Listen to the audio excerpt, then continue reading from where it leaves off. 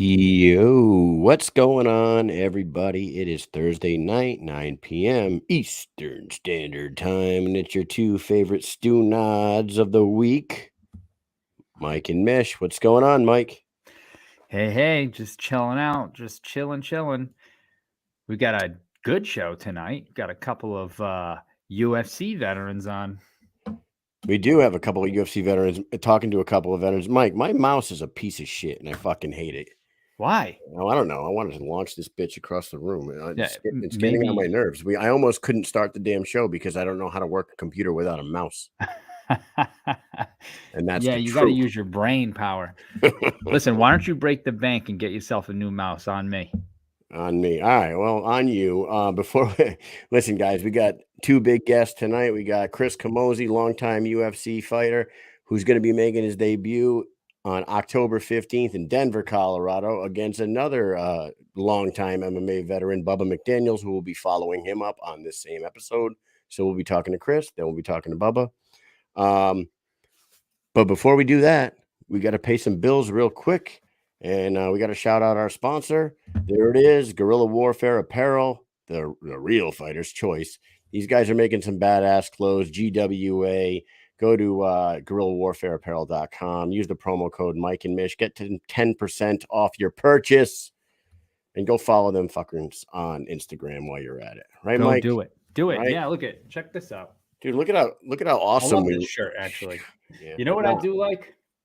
What do you like? The font here. Huh? Do you recognize this font? Yeah, it looks like NWA, right? Yeah. See? I don't know what NWA stands for, Mike. What is it? Me neither. We'll have to ask Chris if he knows. All right. We'll ask Chris in a second. Anyways, October 15th, we got these two vets going in there, towing the line, taking the gloves off and scrapping with each other for our viewers' pleasure and enjoyment. Let's bring him in right now. Longtime veteran of the UFC, about to hit the squared circle, Chris Camozzi. What's happening, brother? What's going on, guys? I'm definitely not going to tell you what that stands for. You don't know. See, nobody knows. It's a mystery. We'll find out. Yeah. I have no idea. Yeah, we'll Google it, kids. Dude, welcome to the show. I'm Mish. That's Mike. This is the Mike and Mish show. Thank you for coming on the show. When we found out that the BKFC were bringing in two more freaking huge names like yourself and Bubba and like you guys are following up the big announcement of like Ben Rothwell and Mike Perry. And it's like, it seems like this sport keeps growing and growing and growing. And now we get to be out in Denver and see you guys scrap live, man. So welcome to the show. And thanks for giving us a little bit of your time. Yeah, no problem. First off, you guys coming out for the fights? They bring you guys to all the shows? Oh, yeah. Yes, sir. Oh, okay. Nice. We're the luckiest stew nods you've ever met in your life. We're wicked lucky. I hear you. I don't know. I'm pretty lucky. Let's see. No, man, I'm excited. BKFC's been signing a bunch of people. You're seeing more and more guys transition over from MMA to this. And it's cool to see the sport grow. I've been watching it since the beginning. I remember seeing it announced for the first time, and I was like, man, I got to watch that. And ever since then, I've followed along. I've had the app, and I always wanted to fight for them. Like the first time I saw it, I was like, that looks fun. So here we are. Here you are, and you're fighting in the 205 division, the cruiserweight, but you were a long time middleweight. I would imagine, depending on what they offer, you would fluctuate between 185 and 205 if you stick around. No chance. No, 205 it is. I can't say no chance, right? If you put the right dollar amount on it, I'll make that cut again. But I think that cutting is done for me because I've always been pretty big, right? So at middleweight, I was cutting from 220. I'm 6'3", I'm not small at all. So at middleweight, I was really big. And the older I've gotten, that cut has gotten harder and harder and harder. So for me, like 205, though, I can diet down to. I can work down to it. I don't even have to step foot in the sauna usually. And that's where it's at for me because nowadays, like I don't even sit in the sauna for fun. It makes me sick to my stomach. Years of weight cutting has kind of crushed that for me. If I even smell sweet sweat, I feel like I'm going to throw up. Well, see, I'm 40 years old now. I've been in the Army for going on 22 years, and I am very comfortable at 205 with a 1-pack now. My kid always tells me, he's like, Daddy, look, I got an 8-pack. You got a 30-pack. And I'm like, fuck you, you little shit. At least he didn't say a keg yet. As long as you got one pack on that stomach. Yeah, I got one solid pack. You're fighting Bubba McDaniels, man. They brought you in. And it's so funny, like they brought you guys in at the same time to fight each other, and like the similarities between the two of you, you know what I mean? Like longtime MMA vets. You guys both were Ultimate Fighter contenders. You both have about 40. You have 42. He has 40, something like that. You guys both have pro kickboxing. It's are you familiar with Bubba other than seeing him fight in the UFC a few times? Vaguely. So actually, Bubba fought an old teammate of mine, Gilbert Smith, for his Ultimate Fighter finale. Yep. So because I'm a lefty, so Bubba and I are both also southpaws. So because I'm a lefty, I was Gilbert's sparring partner for that whole training camp. So I didn't watch a ton on him. I still haven't, but I know who he is. He's solid, and yeah, that's about it. I mean, I'll probably do a little bit of research here and there, but I usually don't focus too much on the opponent because I just try to go in there at my best, because I feel like at my best, then I'm beating anybody. He actually fought Kevin Holland. I saw that today. He must have fought a while back. And Kevin Holland, I know I'm going off to left field right now, but Kevin Holland said today that he retired. Do you believe that? Man, I saw that actually. It came across. It was like a notification from Twitter that he retired. I don't really believe it. I think that's the Conor McGregor thing. I mean, how many times has Conor McGregor retired? Like 7. And Kevin's kind of, I don't know him at all, but he seems like that kind of personality where he just says things, you get the attention, and then you're like, all right, I'm back. Or maybe you get more money. Who knows? Well, everything that, I mean, other than like losing his last 5 or 6, whatever Conor's on for a streak right now, but like everything Conor's done from the beginning of his career to this point has been pretty damn successful, you know, all the way along. So if he's following the game plan of Conor of retiring, coming out of retirement and retiring, then maybe it'll work for him. Or maybe he wants to go into fucking full-time vigilanteism. Yeah, maybe he's just going to be a billionaire now that he's following that model. It works for everybody. Dude, what do you think about the fact that, like, now we're really going off in left field, the fact that Kevin Holland just happened to like manage to find himself in a position where he could stop a carjacker or stop a gunman in a fucking sushi restaurant or stop a attacker here? Like, is this just weird, or are these things set up? I think he's got to find a new neighborhood. Yeah. You know what I mean? Yeah. If there's that much crime going on that you got to stop around you and you keep getting in the news for it, then maybe you got to move. I just think it's freaking hilarious that he just keeps finding himself in that shit. And then when he went on, like, I don't know, he went on like Ariel's show and like told the whole story about stopping that gunman. That shit was fucking nuts. Like, I don't even. Do you know the story? No, I was gonna say I don't even think I remember reading the headline, but I don't think I followed up on the story. Dude, so what he said was like the way, like if you enter the restaurant here and all the way down to the right corner is where he was sitting in his table. So like the gunman came in and like shot 2 shots into the ceiling and told everybody to empty their pockets or whatever. And like Holland like ducked down and like creeped behind the fucking dude. And when he went to go pounce on the guy, some guy like grabbed the gun and Kevin put him in a rear naked choke and choked him unconscious. That sounds a little far-fetched for me. That sounds more like a John Wick movie or something than real life, but who knows? You know, I wasn't there. Yeah, man. So you're moving over into this new sport. Well, I'm sure you've been in a fist fight in your life without gloves on, but it's a new legal sport, and you've done a ton of MMA. You've done Glory Kickboxing. You just had a pretty good run with PFL.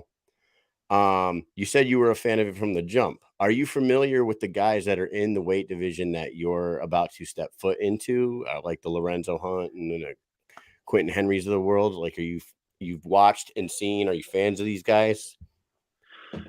To be honest, no.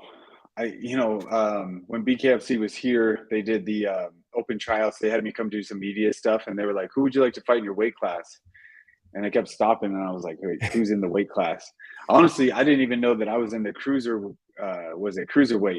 Yeah. Because in MMA we call it light heavyweight. So when I saw it was cruiserweight, I called my manager and I was like, "Hey, what weight? Like, it's 205, right?" I was making sure that they didn't sign me at like another weight where I was going to be cutting like 195.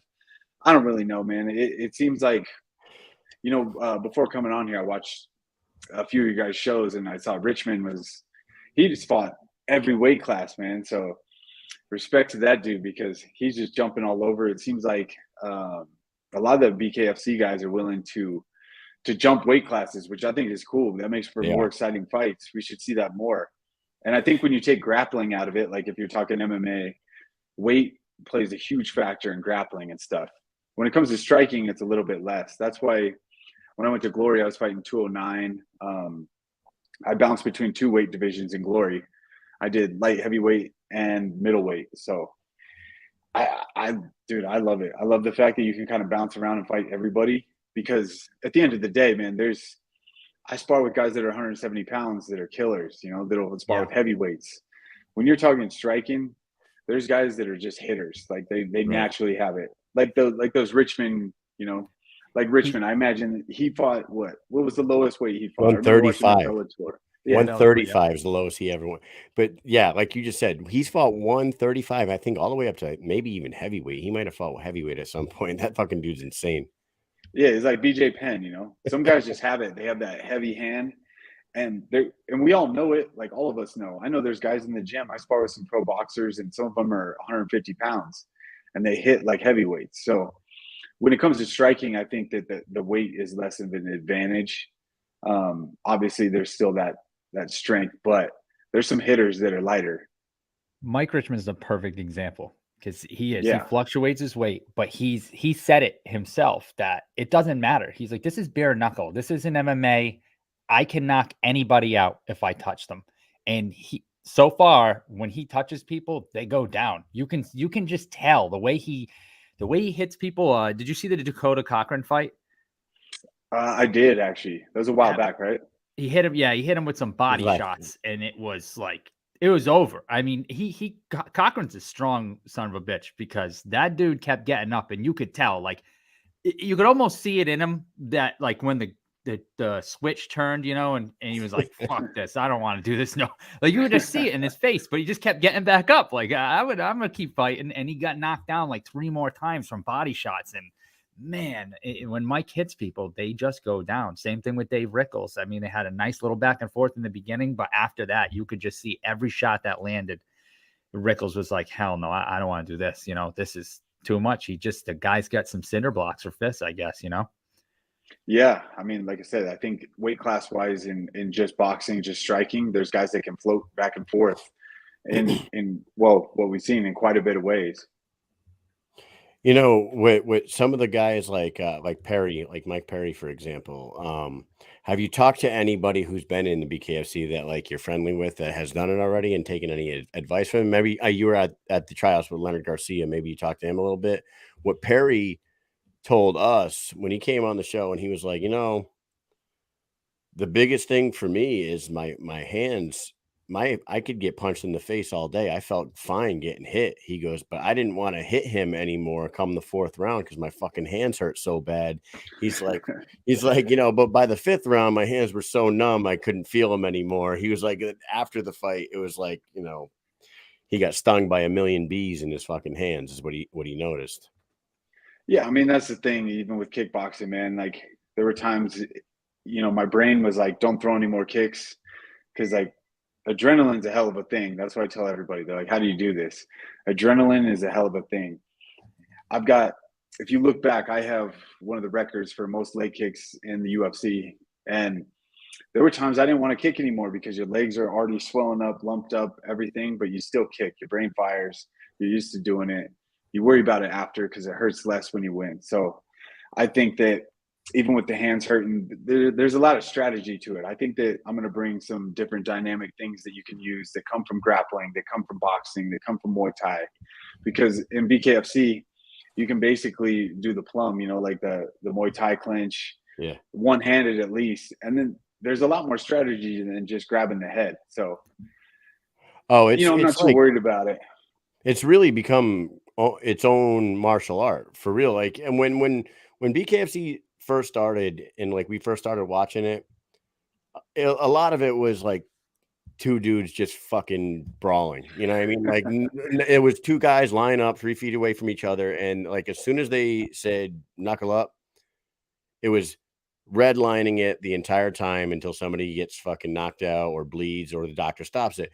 Now, flash forward 5 years later, you got like guys that have been there from the beginning that have been perfecting this sport and like figuring out like the nuances of the dirty boxing game of bare knuckle as opposed to just like a street fight or a fucking Muay Thai fight or whatever. And like there's a guy named Reggie Barnett. I'm not sure if you know who that is, but Reggie Barnett is the current 135-pound interim champion, right? Yeah. He's interim champ. Okay. He's really like he's like perfected. Like he does these really like weird, like he like comes around the head and fucking brings the head down and starts like, I don't know. People are like, is that even legal? And nobody stopped him from doing it. So he's just like finding new ways to fucking tweak the sport. It's pretty cool. Yeah, exactly. Those things come from Muay Thai and like left way and a lot of those, like overhooking the head. I don't know. I've been working a bunch of stuff. I mean, it's all theory, right? Until I do it. But I think that I bring a little bit more creativeness and dynamic to certain things, but I'm also always down to throw down. Yeah. Now you've been in Denver for most of your life, right? Like you're from California, but you've been in Denver for a long time, correct? Yeah, I moved here in, I think it was like 96, 97. So most of my life. I moved here, I was real young. Okay, so like this is home for you. Are you expecting a massive Chris Camozzi, pro Camozzi crowd in there that night? Everybody willing to see you come out and get hit with a bare fist? Oh yeah, man. The fact that it's bare knuckle has brought even more people out of the woodworks. Like, dude, I gotta go to this. I need tickets. I mean, I've been one of the biggest ticket sellers in this city for a long time. Like, if you ask any local promoter from when I started to, I fought for Glory the last time they were in Denver. I think that was the last time I fought here, which was, I don't know, probably 5 years ago or more. And I usually can help sell that stadium out. You're gonna hear it. You'll see. Yeah, a lot of big name UFC fighters come from like Team Evolution out there. Did you train with Evolution ever? You're talking about Is it altitude Evolution? or Altitude. or no elevation. Elevation. Yes. Yeah. What did I say? What the fuck did I say? Evolution. Evolution. Well, we're a bunch of fucking cavemen, so I'm sorry. Anyways, would you call that a fight town? Because we just came from Albuquerque. We were in Albuquerque. That whole town was like nuts, bananas about this shit. We've been to Miami. Miami has really become like a breeding ground for bare knuckle fighting, all the way back to like Kimbo and Dada and those guys. They really come out in waves for bare knuckle down in Miami. Would you say Denver's a fight town? Would you call it a fight town? 100%. I mean, some of the best UFC fighters of all time come from here and are still here. Not even just a fight town. We're a sports town, man. Like, you go to any sporting event here in Denver, people come out, and it's a thing. It's a prideful thing. We're a big sports town. We love our altitude. That's the other thing that's going to play into a factor to these fighters coming here. But yeah, Mile High Stadium, Yeah, there's an advantage to it, man. I don't care what anybody says. But yeah, you're gonna see when you come out here, you'll see that venue is gonna be hyped. They come out for the fights. We've got so many gyms here. We're oversaturated with MMA gyms, boxing gyms, kickboxing gyms, jiu-jitsu. It's everywhere. I'm just a geography fucking moron, but I didn't realize that Albuquerque was at such a high altitude. When we went down there, right? They're 6,000, I think, above sea level. Yeah, I think so. And Yeah. a lot of the fighters were feeling it down there. They were actually Christine Faria, the reigning 125-pound women's champion. She went out there like a month early, 2 months early, just to train at Albuquerque's altitude. Yeah, to acclimate herself. And it was a smart move by her, because when we were talking to other fighters, they were feeling that elevation for sure. Yeah, I mean, so I train at Genesis Training Academy. So earlier, I forgot to answer your question about training with elevation stuff. The cool thing about Denver, man, is most of the gyms here, they cross train. We'll go to elevation and spar. They'll come to our gym and spar. A lot of the local fighters and they'll just bounce around and get like the best training everywhere. So all the coaches are fairly cool with each other around here, and it's a tight knit community. So That's awesome. it's a lot of fun, and you get a lot of training partners. And the fact that people should come early, they should. Most of them won't, and they don't. But yeah, at my gym at Genesis, we get all these people from out of town when there's fights close, or if there's another place with elevation, they'll come to us, train here, stay here, and then go to their fight. Wasn't that, remember back in the day when Kane lost to Verdum down in Mexico? Wasn't that what Yes. fucking bit him in his ass? Didn't he like show up like the week of, and like Verdum had been down there for like a month and a half, and Kane was like completely smoked halfway through the first round? I think that was that whole thing, right? I remember that. Yeah. I remember that. Yeah, I mean, that's what they say. I don't know. Kane always seemed like a real smart guy. So I don't really know what he did. I can't say that he did or didn't, but that was the rumor. Yeah, they kept talking about it. I feel like, when you're watching a fight and the commentators are constantly talking about like one thing, I think it gets stuck in everyone's head. So I don't even, you're right. I don't know if it actually is true, but it's been true in my brain ever since then, because I feel like that's all they talked about the whole fight. Like, hey, he should have went down there earlier and this and that. I remember I was on like a border mission then, so I was like right near Mexico, and he was in Mexico City. That's where the fight was. Oh, no way. Okay. Yeah. You guys are both in the military. Yeah, we are. Yep. Correct. Yeah. Yep. Oh, okay. Different places. Southwest. Yeah. No. Well, so I live in Connecticut. He lives in Rhode Island. Yep. But our unit is in Connecticut. So I drive 20 minutes to work, and he drives like an hour or whatever. So, but we live in two different states, but we're in the same unit. This little tiny ass state, you can drive across the whole thing in about 45 minutes. I think the only time I've been to Connecticut, I fought at the Foxwoods. Yeah. They used to have Muay Thai fights there all the time. They used to have, I think, Glory, and I think they had lion fights there. And I fought for the UFC there at the Foxwoods. I don't know if they ever went you know back, what, you did. Yeah, like back in like 2014, something around that time. You know it was what? a while back. Yeah, because I don't know if the UFC's been back since then. Because I don't know either. It's weird up here. I don't know. I saw World Series of Fighting there in Foxwoods. Mohegan is like Bellator, the home of Bellator. Bellator's there all the time. Yeah, my teammate.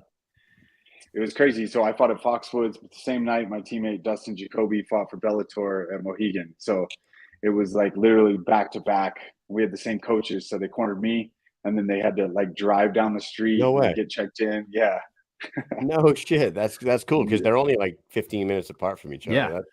That's funny, man. Yeah, you know what? Mohegan Sun, I don't know if you've ever been there, but Mohegan Sun, and we were talking to David Feldman down in Albuquerque, and I'm like, dude, Mohegan Sun that arena there is so perfect for combat sports, and that's why Bellator has shacked up there. There's not a bad seat in the house, especially for a sport where you plop a ring in the middle of the arena. Yep. You could sit anywhere in that arena, and it's worth the price of admission for sure. So I would love to see Bare Knuckle get up in New England and get to Mohegan. That would be awesome. Yeah, let's do it. My next one with BKFC. Let's do that. Yeah, let's get out to New England. Are you signed for a multi-fight? No, this is a one-fight deal, right? So I'm betting on myself. I wanted to do a one-fight deal and renegotiate after that, because obviously I'm after the most money I can get. I don't need to fight anymore, but I'm still doing it because I love it, which is a good feeling, because back in the day I used to need to fight. I needed money. So the UFC would call me. I always said yes. I just was like, I don't care who it is. Just send. I would get out of the ring and be doing my medicals, and I would ask when I could fight again, because I was just trying to stack money. So being in the position I am now, that I fully want to be here because I want to be here. It's not because I need to be. I think is even more dangerous, and it's better. It's made training better. It's made everything better.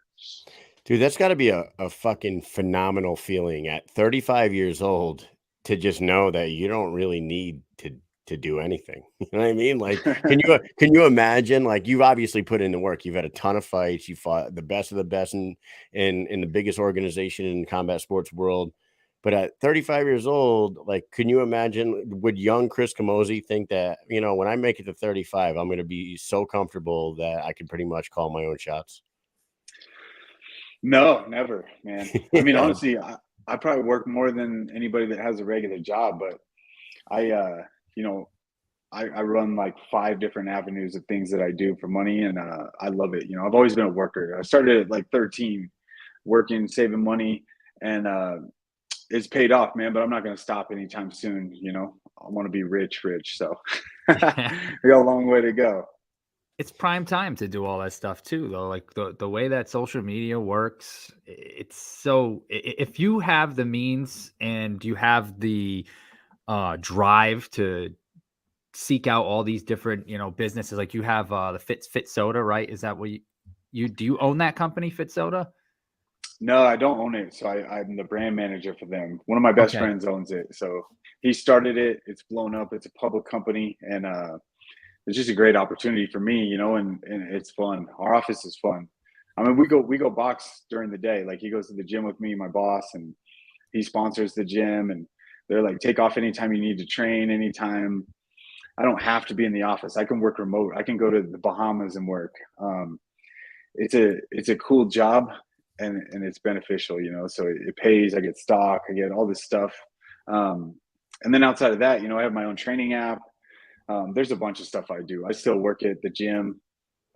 I just like staying busy, man. If I have too much time on my hands, that's when I'll be outside like fighting people at bars and stuff. Because at the end of the day, fighting is my favorite thing to do. That's why I'm choosing to do it.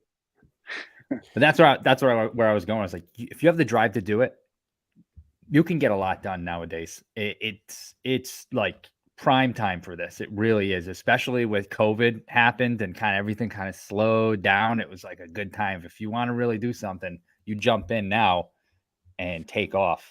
You just got to put the work in. A lot of people don't want to put the work in, but you're putting the work in. So I'm trying. Yeah, man. It's October 15th against Bubba McDaniel. So you're going to be making your debut.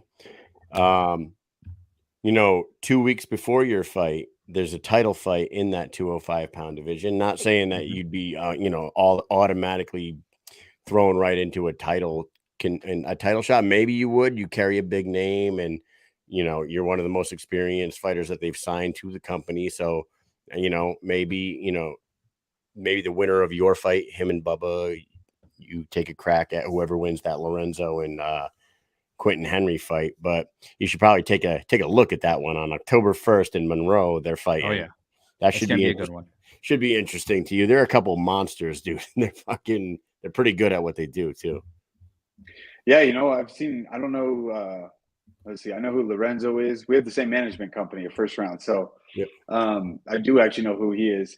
Yeah, he's done well, man. But look, the same management or not, whoever wins, everybody can get it, man. Like, I don't mind fighting anybody. That's why the UFC loved me for so long, because I took every single fight. Like, I will fight anybody, and I don't care. This is what I love doing. I told you, if I wasn't doing this now, I would be getting into trouble, because this is my outlet. This is the things that I want to do. I overtrain probably because I constantly want to be in the gym. So look, once we start this, if BFC or BKFC comes at me with the money after this one, then I'm in, man. Like, I'll sign a long-term contract. I'll end my whole career in here. I'll put 10 fights on a contract. This is what I love doing. If they keep me busy, that's the biggest thing. I want to stay busy, because a long time ago I had a chance to sign with Bellator, and they were like, well, you might fight once a year. And I was like, I'm out. Yeah. I want to stay busy. Like, I want to fight everybody. I'm sure I'm sure you've talked to Nate and you've talked to David Feldman and those guys. They will keep you busy. If you want to stay busy, they'll keep you busy. They had like Britton Beltran fought like 6 times in 12 months.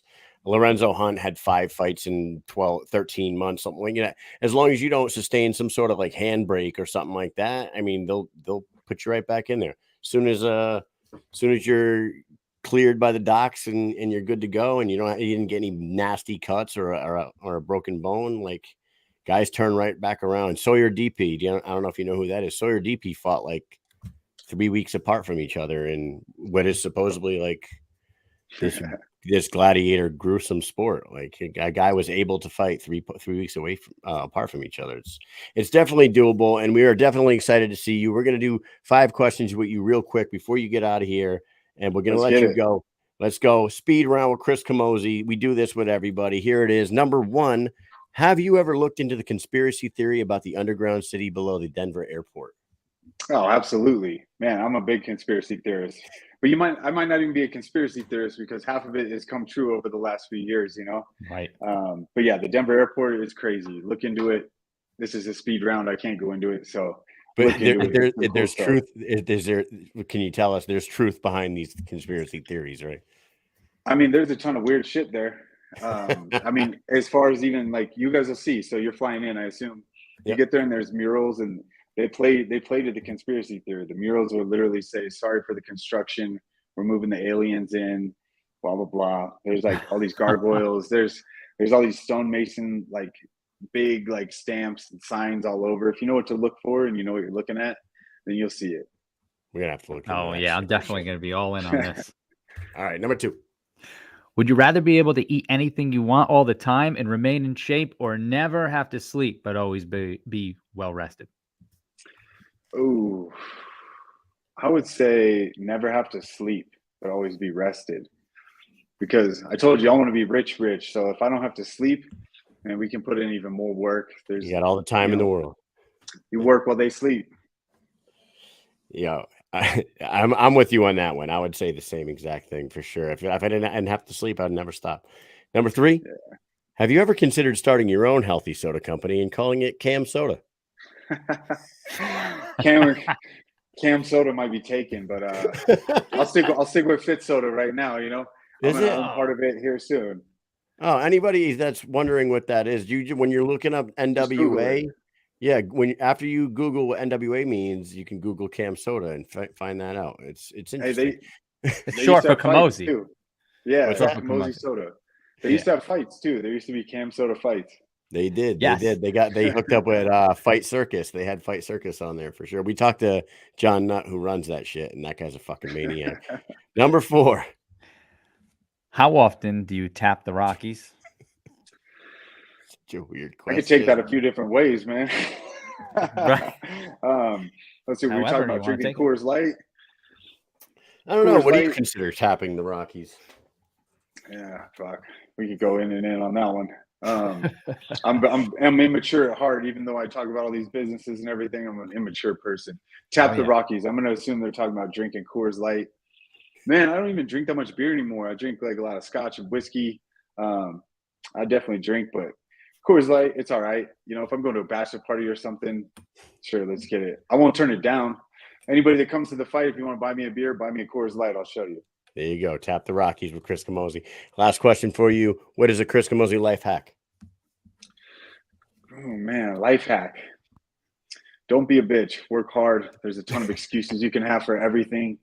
Man, I've met so many people that should have excuses that don't. And the ones that do have excuses are usually the ones that shouldn't, because there's too many weak people in this world now. There's so much crying. Everybody's got to be a winner, all this stuff. If you just bust your ass and push yourself ahead of everybody else, you'll get ahead. That's not so much a life hack, but some wise words about life in general. And we'll take that. Chris, thank you for coming on the show. Don't be a bitch. October 15th, Denver, Colorado. If you don't have the app, get the app. Follow his social medias down at the bottom if you're not already. And if you have any final words for the audience, you can go ahead and say them, and then we'll let you get out of here, man. Man, I'm saying October 15th, tune in, right? Bubba and I will throw down. He's been around forever. I've been around forever, but he's going to be the one that goes down. There it is. Simple and easy. Thank you so much for giving us some of your time, and we'll catch up with you when we see you out in Denver. And if we see you after the fight, we'll tap the Rockies, my friend. There we go. Let's get it. All right, man. See you, man. Later. There he is. Longtime UFC veteran, longtime MMA veteran, Chris Camozzi. He is going to be fighting October 15th against the Menace. Our next guest, another longtime MMA veteran, 40-fight veteran himself. This dude's been around. He's done it all. Let's talk to him now. Smith Brothers own, by the way, Mike. Yes, I did see that. That guy, Kevin Smith, man, he's everywhere. Here he is, Bubba McDaniel. What's up, buddy? What's going on, guys? Hey, I'm gonna tell you this too, though. They don't put on the Ultimate Fighter fights and all that other stuff too, though, man. I'm looking at this as my 50th pro fight, even though we had those fights that don't count. You know what I mean? Yeah. You know what? You're right about that. I always wondered why they call them exhibitions, right? They're all fucking exhibitions. It's as real as any other fight I ever had. Right. Even though you contestants on that show can already be pro. They're not making their pro debuts on that show. No. They all have pro records. So why the fuck aren't they on there? I don't know. Well, because they're supposed to be 2-round exhibitions, and the way that it's filmed and everything, you got to fight faster than you're able to by the commission standards and things like that. So they're only 2-round exhibitions is what they're called. So that extra round doesn't even really count. It's just for the judges to determine a winner at that point. So they're called exhibitions for that reason. But shoot, you're in there fighting. You ain't in there playing patty cake. You know, Bubba, it's so cool that we're talking to you right now because me and Mike, we have this show. We started this show a couple years ago. We're almost on our 2-year anniversary of the show.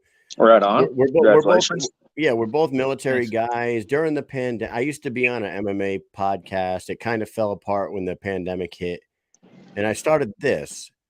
And now all of a sudden, 2 years later, we're talking to a guy that Mike and I were watching in the barracks in 2013 on our deployment on a fucking like 13-inch TV. Watching. That's dope.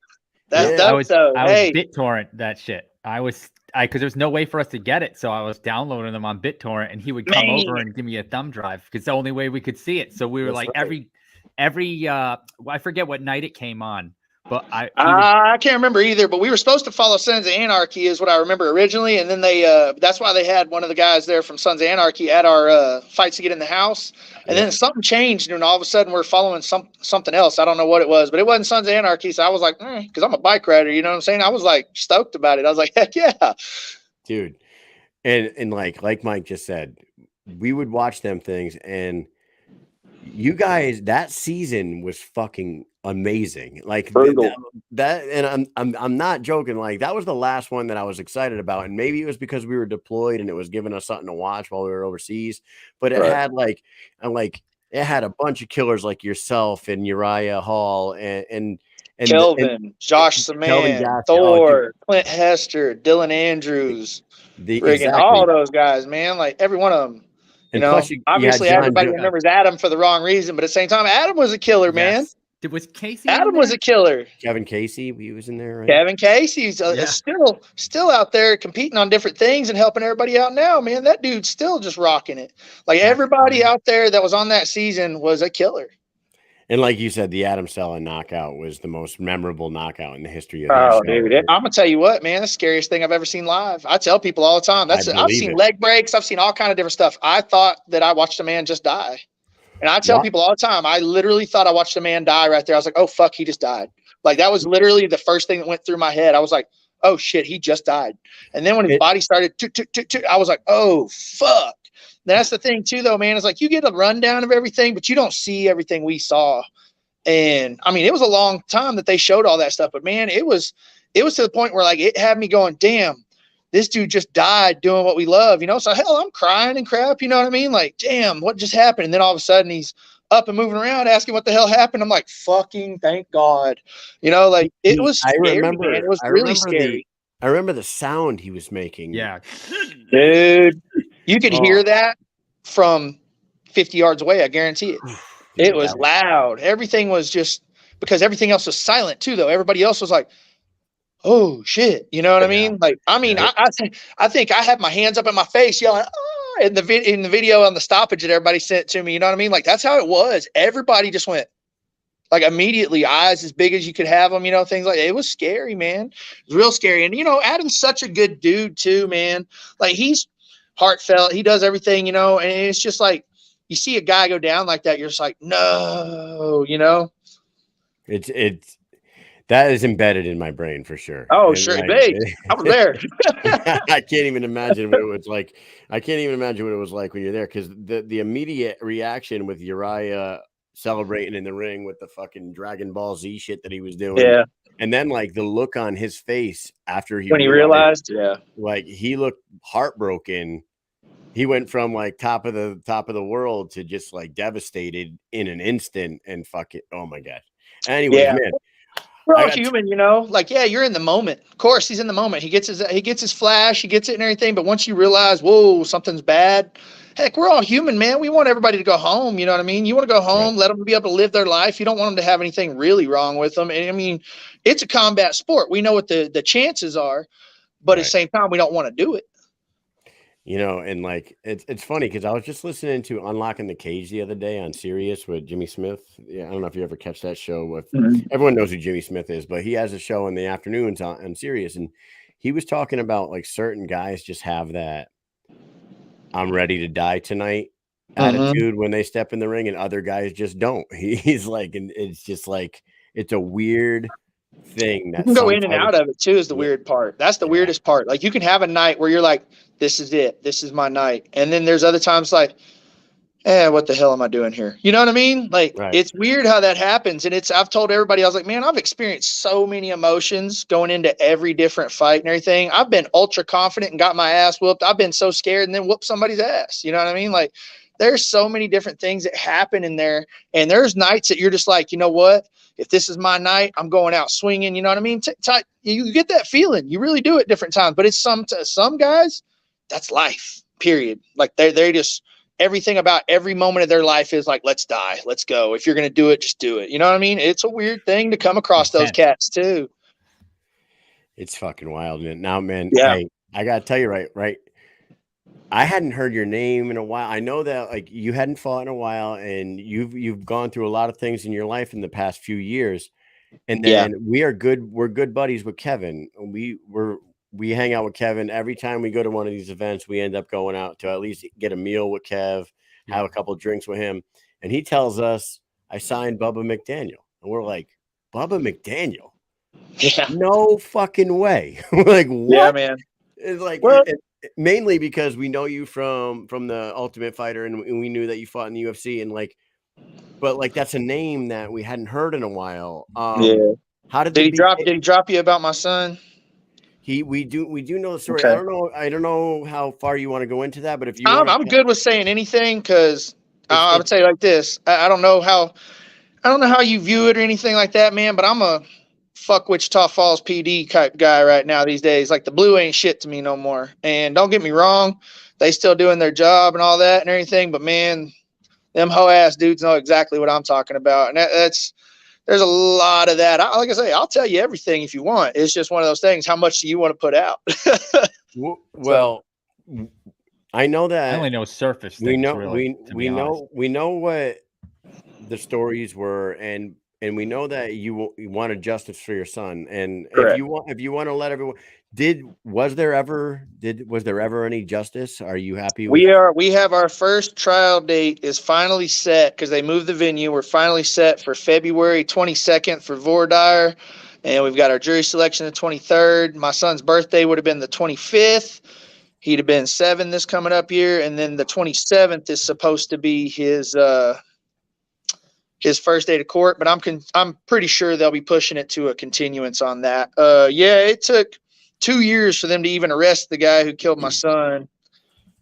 And they played a lot of games. They played a lot of games, keep me shut up, to keep me away from them, things like that. I tell the cops, I tell everybody, I tell the news, I tell everybody on the world. I was like, I woke up every day mad. So I had a fight in like April of 2018. I was getting ready to try to make a run again, thinking, okay, what can I do to get myself moving again? Like I was getting ready to try to like make my last little run. I had Coach Steven he was with Team Takedown when I went down there, and me and him broke away together. Like a lot of guys broke off with him and everything. And I went with him when I got the chance, and we were at the war room together, just, trying to figure it back out, because I got fat for a minute after my son was born. And then I was like, nah, I got to fight. You know what I mean? Like I got to get myself going again. And so we had everything running up, and I just beat Leo Pesena. And it was a fight for a Christian organization, things like that. That was, I guess, Zach. Dang it, what's his name right now? But he was on my season 2. Zach. Dang it, you know who I'm talking about, though. Yes, Cummings. Man, I was, like I say, Zach Cummings called me up, let me fight on his show and everything, and did that. Everything was going good, getting ready and to set myself up with some more stuff. Had to go working though. I was working in the oil field at the time, and man, I got this call. And it was pretty crazy. I'm just sitting there, thinking I'm coming home. And, you know, I'm talking to my son the night before on the phone and listening to his mom send me pictures of him and everything. And the last thing I got to say about him to his mom and everything, and even the police were like, man, you loved your son. Like, he was jumping out of a fire truck, and I got a picture of him jumping into a fireman's arms and everything the night before he was killed and everything. And, you know, I was just like, he's a rock star, man. Like, everybody was, they all high-fived him because he ran around to high-five them all. Like, this kid was just a light of every room he was in. You know what I mean? Like, the kid was athletic. He was stocky. You know, he wanted to run around. He wanted to have fun. He laughed. He sung. You know, like, it was just crazy that I was like, man. And I told her, I said, it's crazy to think that I'm his dad. I feel like I'm watching a rock star grow up. You know what I mean? Like, I felt privileged to be this child's father. Yeah. And all of a sudden the next day I get this call, and I'm thinking it's something else because I had some other things going on. I get a call from a detective, and he's like, hey man, you need to come to Wichita Falls. I'm in below San Antonio at that time. So I'm a ways away. I'm like 6 hours away. Oh man. And he's like, you need to come home today. I was like, bro, tell me what the hell you want. Like, I can get there in a few days. I'm working. Like, what do you want? And he was like, it's about your son. Well, when it says my son, I'm like, well, somebody fucked up. I'm going to hurt somebody, right? And I'm like, what happened to my son? He's like, well, I need you to come to town. So I'm thinking, man, in my head, there's no, he's dead, anything like that. My thought is like, somebody raped my son, did something at daycare, something crazy. You know what I mean? Like, all the crazy stuff, but not dead. Yes. So I'm like, hey, man. And the thing that I could think to do is to get him to say, no, he's not dead. And I could just go home. I'm like, I'll go home and fix anything else. You know what I mean? Whatever it is, I'm going to go get somebody. And I was like, is he fucking dead? What? And he goes, yes, sir, he is. And at that point I was like, oh shit. You know, like the devastating feeling that I'm telling you about right now is something that I cannot describe. I can't describe it. Like, I don't necessarily, I'm not going to cry right now. I cry every day though. Still every day I cry. There's a time where you're going to find me crying. I've got a new baby now, and I hug him and I cry on him. You know what I mean? Things like that. Hugging my baby, thinking about my lost son. Even it's bad shit, man. And it's like, I tell people all the time, they're like, I can't imagine. I was like, imagine it. And just to know that it's worse. It's worse. And it is something that I hope nobody ever has to go through. I'm talking about my enemies. Right. I'm like, yo, man, I don't want that to happen to you. And the bad part is I've had friends that it's happened to since, and they're like, how do you live? I'm like, shh, every day is a struggle. You're going to figure it out one day. I was like, but for a while, whatever you got to do to live, make sure you just live. That's it. You know, and it's a wild thing, man. So I go home, and I'm driving home. And when I'm driving, I'm crying, I'm bawling. I make a Facebook Live, and I make this Facebook Live telling everybody, hey, man, I need to see my son. Somebody let me see my son. The police told me I can't see him. Fuck that. I'm coming to see him. And next thing I know, I'm crying. I'm just like, anybody who I got to get to, I will go through you and whatever it is. I get a call from the police again. They're like, listen, man, you're threatening the police and you're saying this and that. He goes, your son's been moved. We're not going to tell you where he is. If you get pulled over on the way, you won't make it here. Like, they were basically like saying, you threatened us, like, you can get killed on the way if you want to fucking get killed. Ugh. You know what I mean? So go ahead and be safe on the way home. You know what I mean? And I'm just like, you hoe ass motherfuckers. And that's just kind of how it went. You know what I mean? So I'm bawling though. Don't get me wrong. I'm the most devastated, deep depression feeling that I've ever had in my life all at the same time. And it's crazy, crazy feeling. And, man, I get to the house, and the police asked me to come talk to them. They finally let me into town without going to kill me. You know what I mean? Like, it was wild, man. There's a wild story behind all that. But either way, I get to town. The next day, they're calling my mom, everything like that. Like, hey, you need to bring him to the station. We need to talk to him. They're going to interrogate me for some things. And I get interrogated, and I'm there, and I'm like, I'm out of it. I don't think about the right questions to ask. You know what I'm saying? Like, you're just like, how the hell I'm like, how'd this happen? How'd this happen? And they're like, well, we're trying to figure that out. I'm like, well, where was my son? What happened? Well, we can't tell you that. Well, why can't you tell me that? Well, it's a part of our investigation. We have to treat this as a murder investigation. We're not thinking it is right now, but that's just what we do with children, is what they're feeding me this bullshit. You know what I mean? Like, trying to just keep me calm.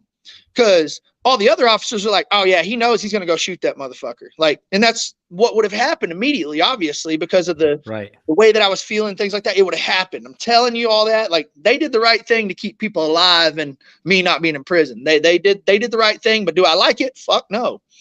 So I get to go talk to them, everything like that. And I'm just like, they can't tell me anything. And the way it is they're like, well, we're just hoping, and they lead me on. Like, we hope it's an accident also. We're going to find out. I'll let you know exactly how it happened, this, that, and the other. When we know, we're doing an autopsy, yada, yada, yada, right?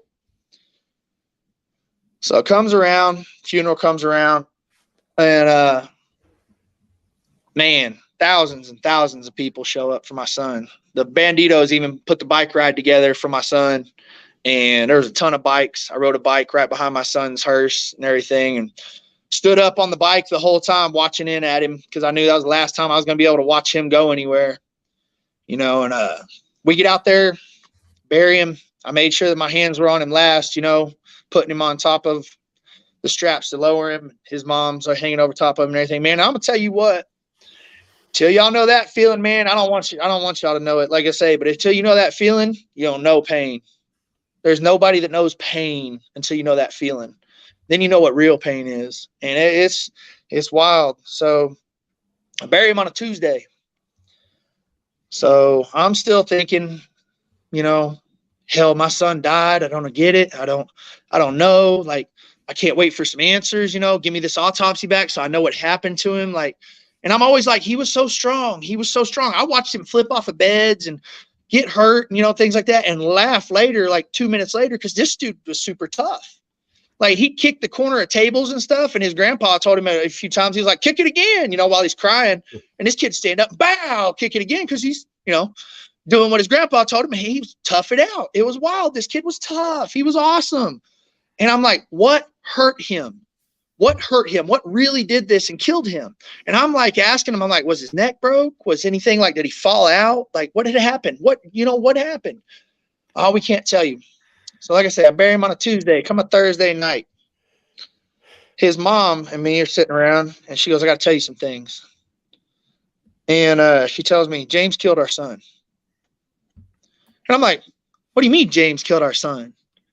She's like, there was blood on the pillow inside of his crib. He was outside of the crib. He was cold. He was stiff. His arm was like this whenever she got him and picked him up. His eyes were bloodshot. Had petechia in his chest. Had all kind of, just like, and I'm like, fuck everybody. Because come find out, like, I guess friends of my family and everything had been asking the right questions. And everybody was like, do not tell him shit. Like, they were all, do not tell him a fucking thing because he won't get to bury his son. They don't want to lose. So they purposely kept me in the dark. That to happen. They purposely lied to me. Wow. Right. There's a lot of people and a lot of things, man. And I'm gonna tell you like this: do I love them? Sure. Do I have badass trust issues with everybody I fucking know now?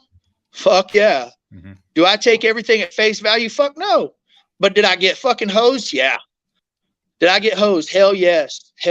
And that broke my whole world again. So I went and stood in this dude's yard with rifles and shit and watching him. And people I'm with, man, we're watching this fucking dude. And one of them looks because he's got his daughter with him and shit. And we tell him, my guy's a cold-blooded motherfucker. And he goes, I'm not killing a baby. Because he knows we go kill that guy right now. He goes, we got to kill the baby. And he said, well, I'm not killing a baby. And so from there, we decided not to do anything. And I'm watching the dude 20 feet away at the times. And I'm just having to sit there. I'm fucking about it. You know what I'm saying? Like, it's like I tell everybody, I puke in my own mouth about me not being the man I feel like I should be for my son. Because I remember standing over his casket saying, I'll kill anybody who had anything to do wrong with you. I was like, I hope it's something that's good. And then I'm not doing it. I feel like I lied. I feel like a shit father. I feel like I didn't protect him like I was supposed to. All these things come over me all the time. All the time I deal with these feelings. And it's pretty wild. So then I'm moving on, and I cuss everybody. I cuss all the sergeants, all the detectives, the chiefs, lieutenant chief, all of them. They've all got the fuck you, your mom's a hoe, all kind of shit. Every one of them. And, all my people that are my people, we've had that, hey, man, fuck y'all for that. But I know why you did it type talks. And, his mom, we've had some real hard talks, man. We've been cussing and yelling at each other enough and having to find that common ground to be okay and everything too, I need her. I need her. She's the only person that's left that was of his blood, you know what I mean, with me. So I need her. And people don't like it. People don't understand it. Yeah. And there's a part that she was in on it, things like that. Like, she didn't do anything. In my opinion, she's innocent of everything. But at the same time, like the way the law works, whenever there were some messages that came out that he was basically, at one point, this dude said me and my son needed to be cold. And if you're a hunter or anything like that, you know what that is. And, at that point I said, and that didn't give you an inkling to go, fuck this guy, I'm out, and it was just like, when you're manipulated by a narcissist, sociopath, all that, everything like that, like, you watch that American Psycho, man, like the things that I hear and do and the stories that man, that dude's an American Psycho, period. Like, and he's used to money. He's got money. He's an oil field baby. You know what I'm saying? Like, he's got money in this town. His family put a bunch of judges, lawyers, and everybody else through school and stuff. So the PD didn't want to touch him either. So this whole ass dude, if I wasn't who I was and on that show that y'all got to watch over there in 2013, my son would have been swept under a little rug and been like, fuck, sorry you did that. Yeah. Wow. Dude. Bubba, that's an incredible story. I mean, oh yeah, we can incredibly, go on for hours. I got my guys. I mean, I'm a father of two. He's a father of two. I can't even put myself into that position that you were in. I feel like, and that's what I'll tell you. I was like, think about it, and then if you know it's worse, so don't even think about it again after that. Where does he currently reside? Is he behind? He's in Okmulgee, Oklahoma. Fuck that place. I was going to ask. I wasn't going to ask, but when I saw this whole thing online, right, and I only, like I was saying, I kind of know surface things that I saw doing some preparation for you, right? And I saw that he was out on like $1.3 million bonds. I was like, what? I was like, who is? Yeah, this the guy? bondsman called me on that even. Yeah, the bondsman called me on that. Was like, hey man, because around here in Wichita County, you're in for like 6 months. They'll give you a half bond reduction. And my thing is, I want all this dude's money one way or another. I want him to spend it. I want him to not have it. I want him to be destitute as he can be. Like when he does get to go to prison, he ain't able to buy himself some protection, all that good stuff. You know what I mean? Like, wow. So I'm like, the bondsman's like, hey, what do you want me to do? He wants me to get him out. I'm like, get him out. You can pay all that money. Sign yourself some stuff up. You know what I mean? I'm like, make him pay that money. That's cool. He was in for like 2.5, 3 weeks total. That was it. But man, like, you know how it goes. Yeah, that was it. That was it. The justice, shit like this really the justice system's so fucked up. It really is. The fact October 11th, the guy's got enough money. He's walking the streets right now. This dude's out right now. Well, he's got an ankle monitor on, but it took him 2 years to put it on him. Yeah, he's got an ankle monitor. But at the same time, he goes, hey, I'm going to see my lawyer. Can go like to Tulsa. Hey, I'm going to see my lawyer. He goes to Dallas. Hey, I'm going to go to Walmart. He goes back and forth to Walmart all he wants. Like, he ain't got nothing going on, man. He can do anything he wants still. Like, it's crazy to me. They're like, oh, we're keeping an eye on him. Sure. Okay. I've never heard of so many extra stipulations and stuff. You know what I mean? Like, this dude, man, he should have been already bond revoked and all that, but if they'd have been doing their job, in my opinion. But at the same time, like, what am I supposed to do, man? Like, how am I supposed to keep control of that? I can't. They've taken all the control from me. Day one. So what am I supposed to do? Tell them they're hoes. You know what I mean? Like, that's what I do. And then it's like I told everybody, until they arrested that guy, though, I woke up every day angry. I was angry every day. Like, all right, who am I pissing off today? And I'd make a fucking scene somewhere. Every day, even if I worked, if I didn't, anything like that, somebody would get some shit to them every day. And then one day I get a call and they're like, we arrested James Staley this morning for the murder of Wilder McDaniel. And I was like, what? I'm like, you actually did it? Because what I know and everything like that too, though, man, should have been done a long time ago. Should have been done right off the bat. They all knew day one, oh, this dude killed him. But because you got money, because you put some lawyers through school and they're judges now and everything like that, you worried that they're just going to get away with it. So they don't arrest him. They let him go until they can figure it out. I had people telling me, the only way we're going to get him, and this is like a year and a half in, they're like, the only way we're ever going to get him is if he sits and admits to it, and he'll never do that. And I'm like, so you guys are telling me, and they're like, well, you could hope that DNA evidence is going to come change this. I was like, man, y'all just giving me reason to go kill this dude. Ugh. And they're like, you can't tell us that. I was like, I'm telling you that. I'm telling you that, every one of y'all. And the people that I was sitting with, that meeting, they were like, don't bring your phone, don't bring your wife, don't bring your lawyer, yada, yada, yada. Don't bring anything and just show up and we'll talk to you. So I got a straight crazy meeting with the higher ups of the PD without anything. You know what I'm saying? And they're like, we know you're going to go say it. I was like, oh, hell yeah, I'm going to go say everything that y'all say here to me. I was like, y'all can deny it. I was like, but I know you were here.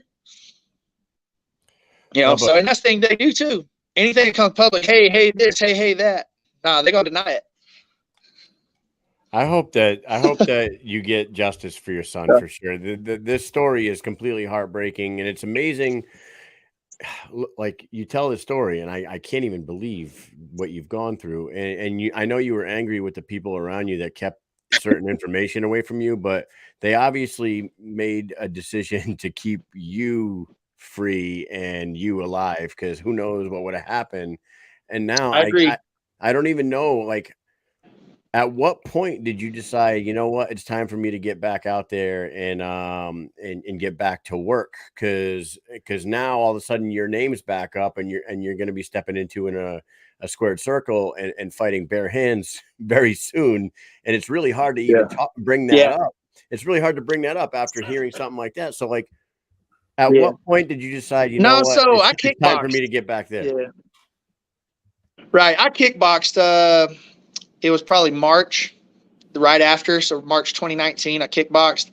And then I kickboxed again 2020, I believe, against one of the bare knuckle guys, Art Parker. And I love that dude, man. Ain't gonna lie to you. That dude's a good dude to me and everything. Like, we have a good time. We talked and everything. We BS'd, and I went and kicked his head off for him. You know what I'm saying? Yeah. It's just the way it went. You know what I'm saying? Like, we're fighters. We do those things. I could love you. I could love you and still beat you up. You know what I mean? But that was one of those. I was trying to go. I was gonna say we've you talked to Art. Art's been on here, and we hung out with him in Wichita. The dude's a fucking trip, man. He's funny as hell. Dude, I love that guy. Yeah. I love that guy. Yeah, I mean, dude, and here's the crazy part. He's got a hard head. I hit him with some hard shots. I mean, my left hand, I could feel the shock running through my elbow, even, of every shot I was landing left-handed on him. And that dude, like, afterwards, he was like, yeah, it hit me in the teeth. And I go, ow, you know, and I'm like, yeah, whatever. Dude, it took a full-on head kick, and it sounded like a baseball bat going across his face to even put him down, and he still got up. I had to finish him with strikes. Had the fight stopped. It was wild. The dude still got up. Like, you want to talk about a hard head? That dude's got a hard head. Well, he's a wild man too. Like, we spent some significant time with him down in Orlando as well. And he had his girlfriend with him, and he was getting he was getting after it pretty good down there. He was funny. I feel like, did he have like cutoff jean shorts on, Mike? Dude. That's just a top. That's just a topper. Hang out with him a long time, but that's his thing. Yeah. He's gonna push the envelope on anything. Yo, the other day he put out a couple months ago. He was like, "Oh, I got an ale horn now." He's got a Viking horn. He's like, "It's so awesome." I was pulled up the picture. I was like, "You're a little late, bub, because I keep one too." So we threw that one back and forth. So let me ask you this then. You've been through all this stuff, and now it's 2022. You're finally gonna have a chance to get a little justice for your son in 2023 coming up. But in the meantime, you have signed with the BKFC. You hooked up with Kevin Smith, our buddy Kevin, with Smith Brothers Combat Sports. Great people there. How did this come about? Did you show interest in BKFC, or did somebody reach out to you? Did you try out? What was it? So I showed BKFC interest 4 years ago. Like, right as all this was starting to happen and everything, right before my son, I was like, hey, man, match me. Let's go. I talked to Nate online. I was like, match me. Well, then, he hits a couple matches and everything, and it happened, and I'm just like, bro, you're going to have to give me a little bit. Like, you're going to have to give me some shit. I'm fucked up. But at the same time, my coach, after I said that, my coach was like, you need to fight. He's like, you need to get your head right, get your mind on something else. Because, like I say, I was on one. I was on a tear. So I focused on a fight for a while. And once I did that, the whole show went Justice for Wilder on it. They helped out with the donation bins. Like I got a badass headstone off of all the things I've done to get all that. I've helped other children's funerals. We've done all kind of different things with the money off of my son, things that we've done with that. So that was great.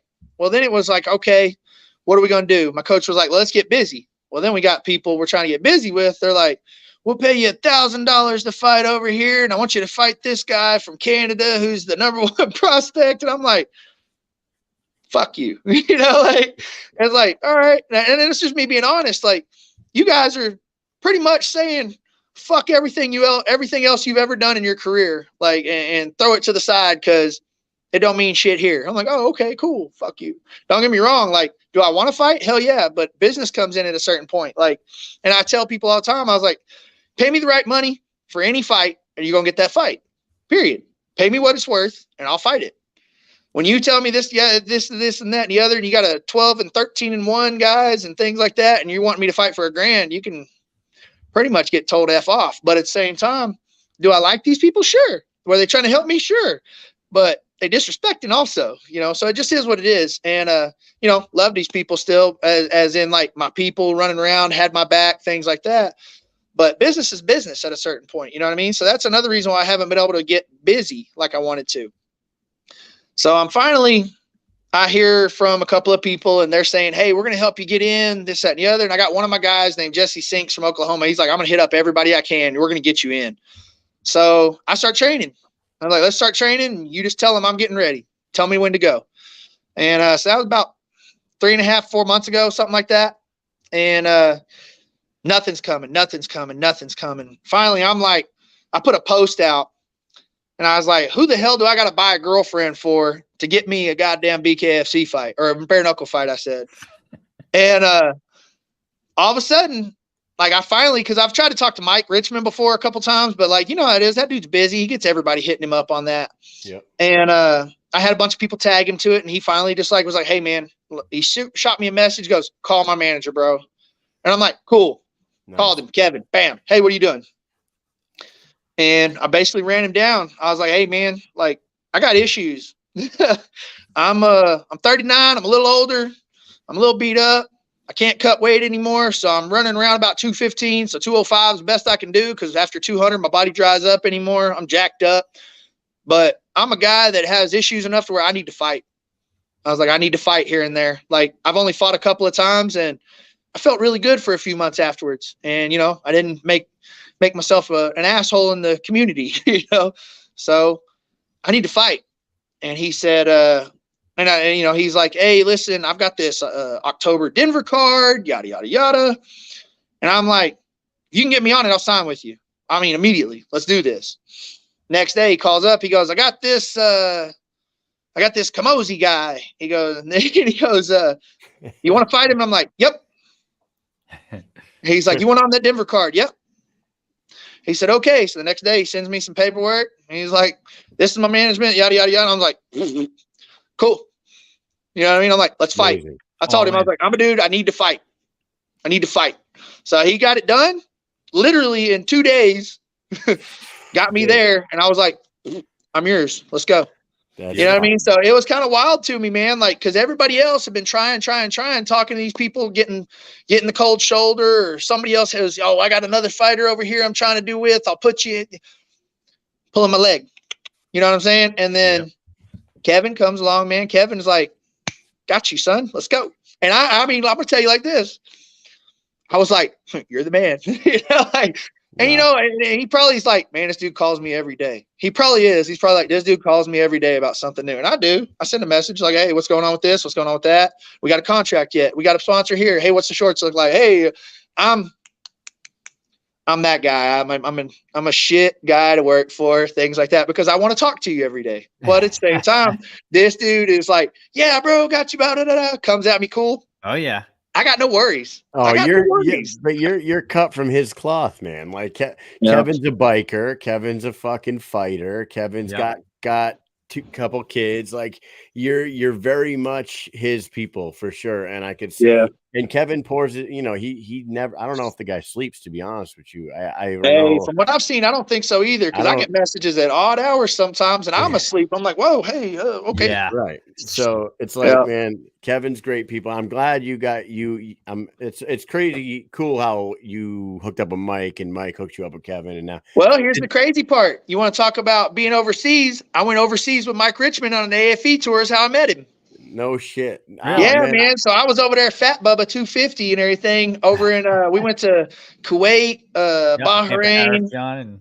Yeah, we went to Arif John. Yeah, we did all. Yeah, we went to a lot of different places, man. We ended in Djibouti, Africa, and everything together. But yeah, man, that's how I met him and met that dude and hung out with him and Shane Crutchin and Jessamine Duke and Luke Sanders and Michael Johnson and all that. We were all on that one. It was fun, man. It was great. I've tried to get back on another one, but things were crazy for a little while. So hey, when you went on that USO tour, did you guys roll with any? Yeah, every day, every time that we stopped somewhere, we rolled with everybody. No way. It was dope, man. The last I was on a coin challenge thing. I tell everybody, I was like, I brought like Ultimate Fighter gear and stuff, and I was like, here's the hat. Like, and I started with my hat because I had the Ultimate Fighter hat on from my season with Team Jones, everything. And I was like, put your coin inside of it. I was like, winner gets to take the hat. So man, I had about 30-some coins by the time I left. Nice. Yeah, I was like, if you want a coin challenge, I was like, I'll give you Ultimate Fighter gear if whoever wants to get a coin challenge on here. So I ran home with some coins, some patches, things like that. I think the Ironsiders patch is probably the coolest patch I ended up getting. That was dope. I've got a few of the ones. I'm still owed one by Derek Emig. He still got me owes me one. But got him out there. He's in Vegas now and everything. We just actually talked earlier today, I think, on Facebook. Those guys out there, man, because the rig I was wearing, I think, was his. And Richmond and me and Shane Crutchin are all in somebody's rig, all playing around with their weapons and stuff.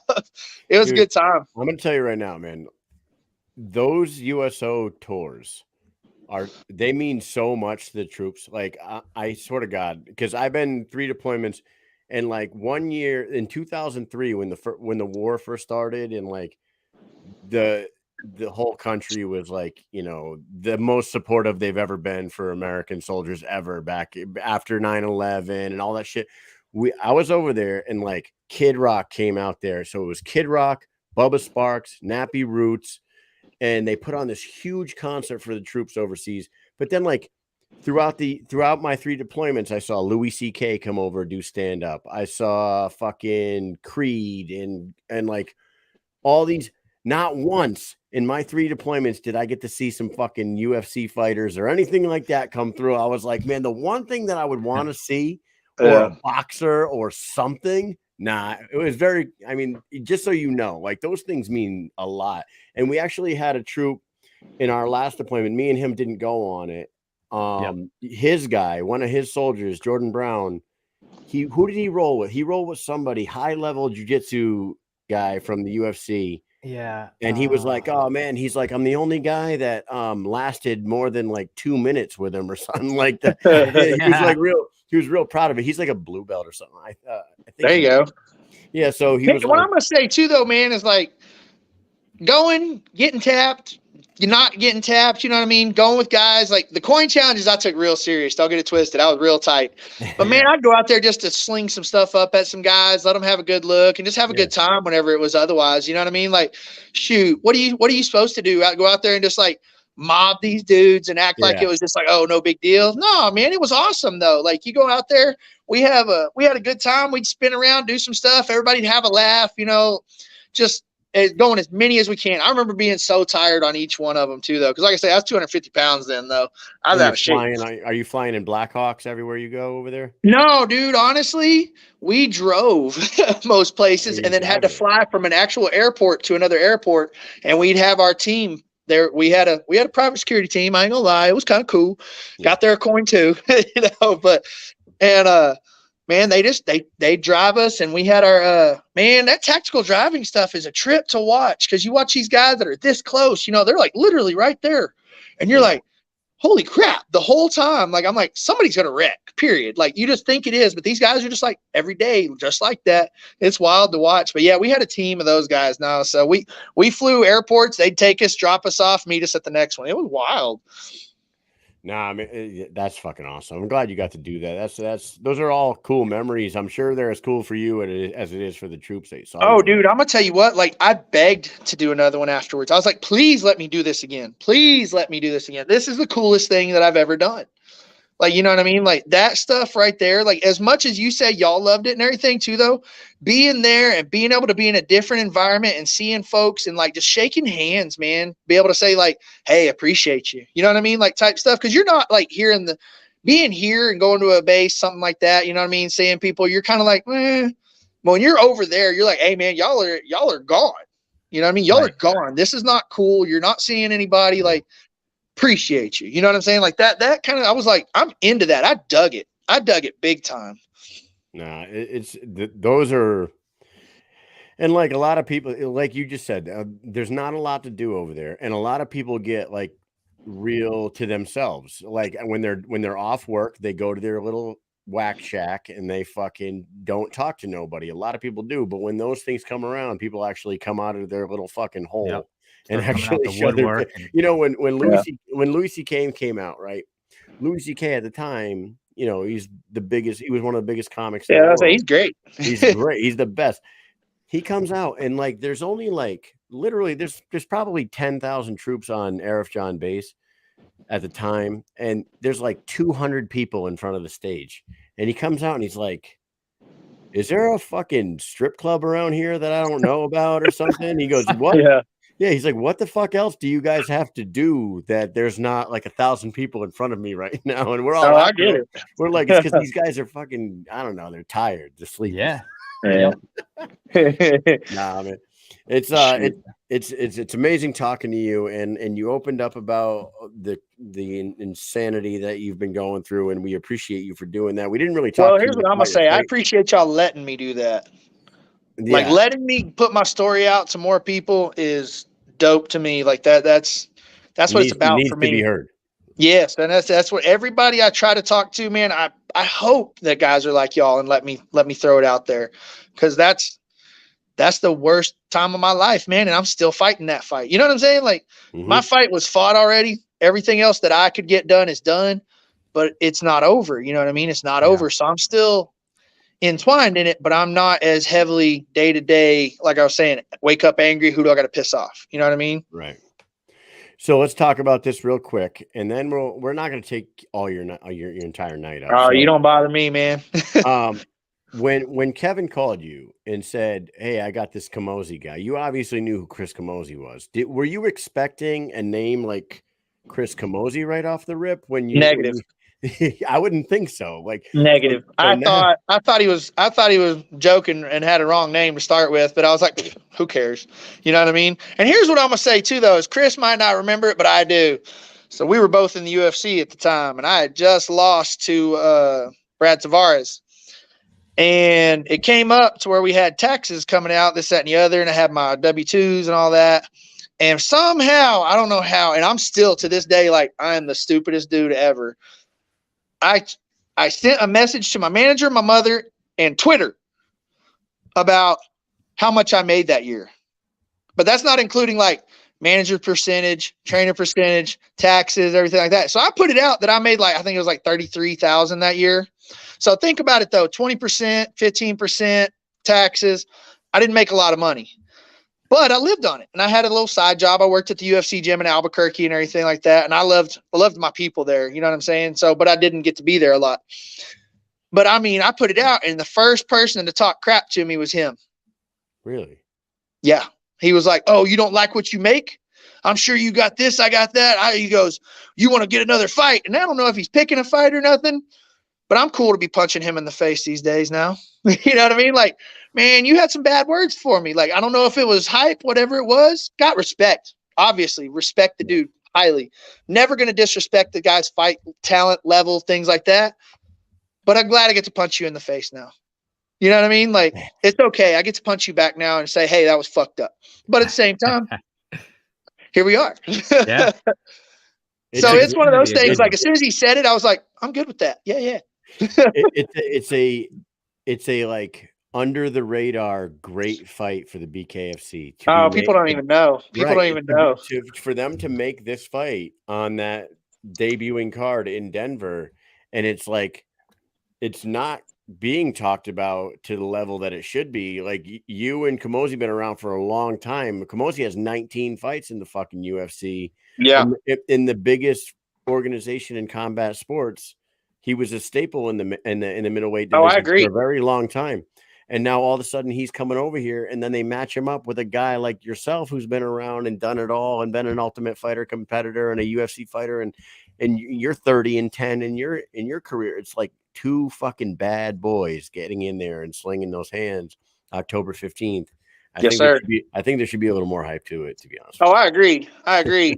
It's going to be a hurt fest. One way or another, it's going to be a hurt fest. It's going to be the jam. Yeah, and people just don't even know it. It's going to be fucking awesome.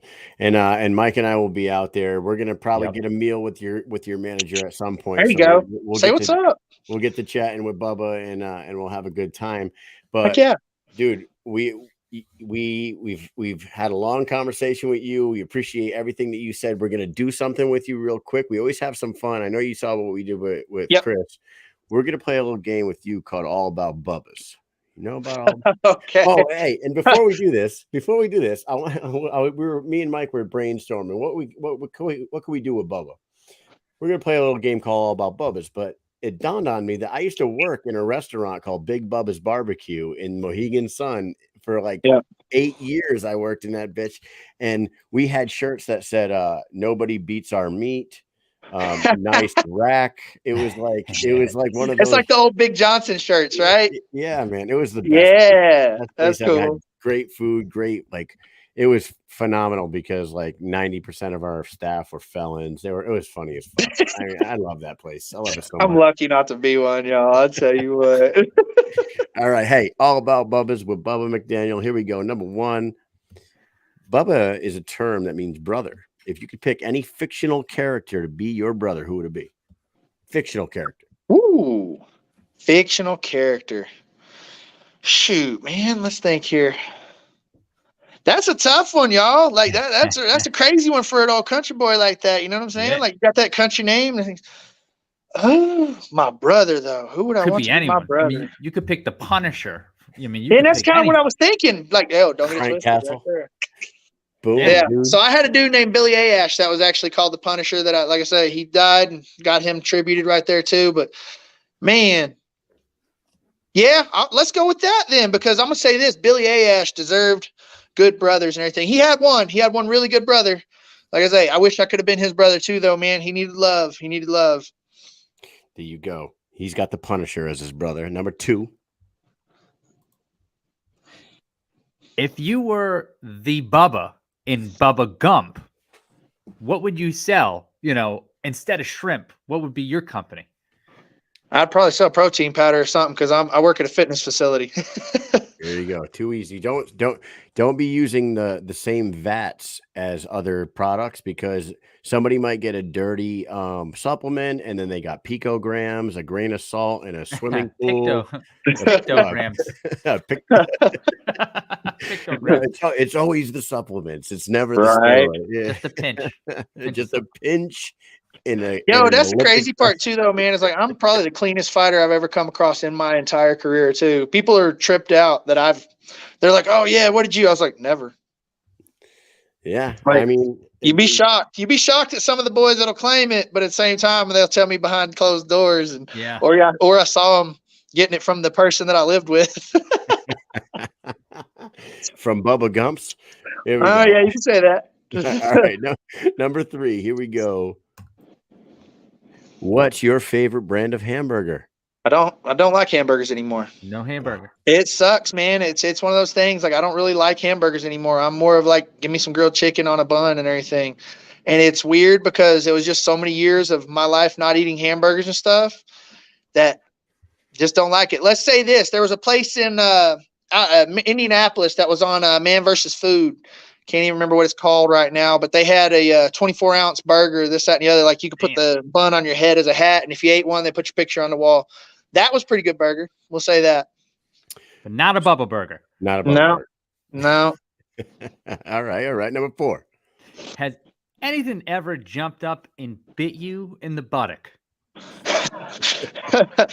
I mean, ants. Thank God it wasn't a rattlesnake. Stuff like that. You know what I mean? Yeah.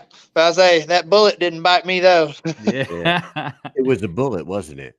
Yeah. Me? That bit you. Yes, sir. They said it was $1 million wound, but they must keep that money because I never seen a dime. Yeah, that's what I was gonna say. I've never seen a dime of that money. All right, last question for you, Bubba. Come on, dude. Mike, there we go. See, who'd win in a street fight between Bubba McDaniel and Bubba Ray Dudley? Definitely me. Easy win. Not even hesitation. Easy win. Doesn't matter that he's like 6'6", 350 pounds. Nope. He's kicking his jaw off. Yep. Your face all the way off. It's going to turn that away. Oh, man, I love it. Bubba, you've been awesome with us tonight. Thank you so much for giving us some of your time and opening up for our audience here. Our heart breaks for you for what you've been through, but we really hope and pray that you get some justice for Wilder. Is the Justice for Wilder is that a foundation that you started? Yeah, we were trying to make such. There's a lot behind the scenes still going on and everything. Once everything's finished up, I want to be a foundation. As of right now, it was more donations to fix out, like get T-shirts, get yard signs, put pressure out on people. I bought megaphones. Like I said, I paid for other children's funerals. We buy angel trees, stuff like that. We'd buy for those. Did a lot of different things with it, but as of right now, Justice for Wilder is a shutdown thing on my end. But as soon as everything comes out and everybody else gets back on the bandwagon, because there's a lot going on here. There's a lot. And people are kind of mad at me for still being with my wife, which is my son's mother. We've had another child since, things like that. But there's a lot that goes on and can't be explained really until it's all over. And hopefully by then, yes, I'll have the ability to have a foundation for my son, and we'll take care of other people that go through the similar situations, things like that. That's because, man, it's a hard. And I got told the first time I got told about it, they said, you're in a club nobody wants to be in. And I was mad. I was like, don't tell me I'm in a damn club. You know what I mean? Like, fuck you, get away from me. But it's the truth. Right. And once you come to realize those things and everything like that, people do want to help you. Like, and like I say, people ask me for help and how do you survive, things like that. Like, I try to lead people as best I can because we're still all in a bad way, no matter how long it is. I've met people that are 25 years later, lost a child and still grieving daily.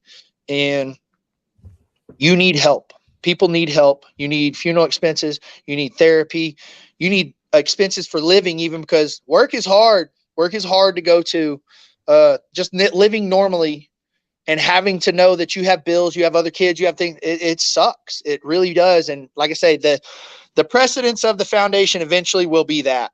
And that's what I would like to do it for. And hopefully the prevention, maybe one day I'll figure out a law to help prevent things that happen to my son, happening to other people. Let's hope. So, I mean, we hope you can hope and pray, man. That's all you can hope for. The best. You got our support. You got everybody that's watching support. We welcome you to the BKFC. We can't wait to see you on October 15th, BKFC 31 in Denver, Colorado, when he fights Chris Camozzi. There it is right there. Look at those two handsome devils, man. I think the funniest thing I heard, though, is the one guy said, that guy looks like a GTA character off of that picture. Nah, man, it's good to have you back. We're going to get to see the two of you guys throw down in Denver. If you want to, say some final last words, and then we'll let you get up out of here, man. I ain't no pushover, Chris. I hear you saying I'm going to go down. We're going to give it to him, and I'm going to go down. I ain't no pushover. I say, I hope you're right. Not really. I say, I'm not a pushover. Don't worry about all that. We're going to come in there. We're going to get it. He's going to, I mean, if anybody's ever seen Bubba fight in the past, and you'll know that he's not bullshit right now. Thank you for giving us your time tonight. We will catch up with you in Denver. And Mike, you got anything else for Bubba? Nah, man. Thanks for coming on, and have a good night. And we'll see you in just a few weeks. Thank y'all. I was glad to be here. It's a pleasure having you, man. We'll talk to you. Thanks a lot. Have a good Yes, night. sir. See you. Bye. Later. Man, oh man. Everybody, I hope you're following Bubba. All his social media has been at the bottom as always, as we always do. Instagram, TikTok, Facebook. He's got them all. So follow him up. Bubba the Menace. Man, it's really incredible what that guy went through. And you and I, you and I was trying to being, help you because I know you have a mouse problem. yeah, so I have tried to do it. I can't. It wasn't. I was trying to click things. It wasn't. You and I have kids. I just can't even put myself into that position, and like not be in a murderous fucking rage. Like I just can't even imagine any. Well, that's the thing. He was in a murderous rage, and he's still. I believe the people around him, right, and the people around him withholding information from him. I know that he said that he hated them for that. Yeah, and now he realizes why they did it. I mean, they saved him. Yes. They saved him, and now he can carry his son's name on in the future. He can help other people that are going through the same thing. It's just really incredible. And matching these two guys up is is really a treat for combat sports fans. Yeah, because especially the ones that are like diehard MMA fans that have ventured over into bare knuckle. If you're a diehard MMA or combat sport fan, you know who Chris Camozzi are and you know who Bubba McDaniel are. And now we get to see them two fight in a new sport. It's fucking fantastic. Great job by the BKFC. Great job by Kevin for getting that fight. And Susan Walker's asking when we're going to do another Student Out of the Week. Susan, we love doing Student Out of the Week, but we have just been so goddamn busy. I don't know. We had drill one weekend, then we worked all week. And we had another drill. And then we had another drill 2 weekends in a row. And then like it's just been so freaking hectic, man. It has been crazy. It's been really hectic, and we just don't have a lot of time to figure out who the dumbest motherfuckers on the planet are. We will. We're gonna get back to it. we absolutely will. Because of what we're gonna talk about in a second, our new sponsor, right? Yeah. And things of that nature. It's gonna allow us to do more because just us two together, we can do a bunch, but we can only do so much. So we're trying to propel this to the next level, and it's happening. But yeah, dude, today I was the only person in the shop. 5 people supposed to work in my shop. I'm the only one. And it's been like that a few days in the last 2 weeks. So it gets crazy. Yeah. Mike and I, we have some new sponsors coming on. We're going to be hooking up with he's actually my cousin, but a huge mortgage company that they are like the top mortgage company in one of the top mortgage companies in the Northeast, but they're venturing out all over the United States. They're going to be able to do stuff like that. But Norcom Mortgage is going to be hooking us up, and they're going to be supporting us, and we're going to be supporting them. So they're going to allow us to do more things. And of course, I'm going to throw this back up there again. Mike and I are both wearing the shirts tonight. They're supporting all these fighters. They got Misfit and Reber and Loco and Angel Core and Brad Kelly and more. GuerrillaWarfareApparel.com. Go to their website. Hit up the promo code Mike and Mish. It's that easy. You guys remember our names, Mike and Mish. Get 10% off your purchase. Comfortable ass clothes, cool shit, very violent orientated. It's like the back of my shirt. Love it. I don't know how to say it. Stay violent. Stay violent, my friends. Right. Anyways, man, support the one. If you help them, you help us. Yep. If you help them and us, you help the other the fighters. So support those that support us, and we will support you. And Student Out of the Week, we'll get one next week. With that said, we do have some fighters lined up already for next week. I am going to pull up my schedule right now because I can't remember off the top of my head. Michelle Watterson. I'm burnt out. Michelle Watterson did reschedule with us. Yep. Gert. She is lined up for 9 p.m. on Wednesday. We will have the Karate Hottie on. So that is concrete this time, unless something crazy happens. But then Thursday, we got Melvin Gillard at 9 p.m., followed by Brandon Gertz, who's going to be fighting Jake Lindsay in BKFC 31 in Denver, Colorado. So more big shows coming. We love doing this shit. Thank you very much to Chris Camozzi for coming on tonight. Thank you very much to Bubba McDaniel for coming on and opening up and telling us all about his his last few years of fucking absolute hell, and we appreciate that. Mike, what else do we got for these peeps? I think that we have said it all. Make sure you like, share, subscribe, go over to YouTube, subscribe over there. And thank you so much for tuning in, and we will see you all next week. Peace. I got no fucking mouse, Mike. Hey, we're back again. Hit the thing. Here we are again.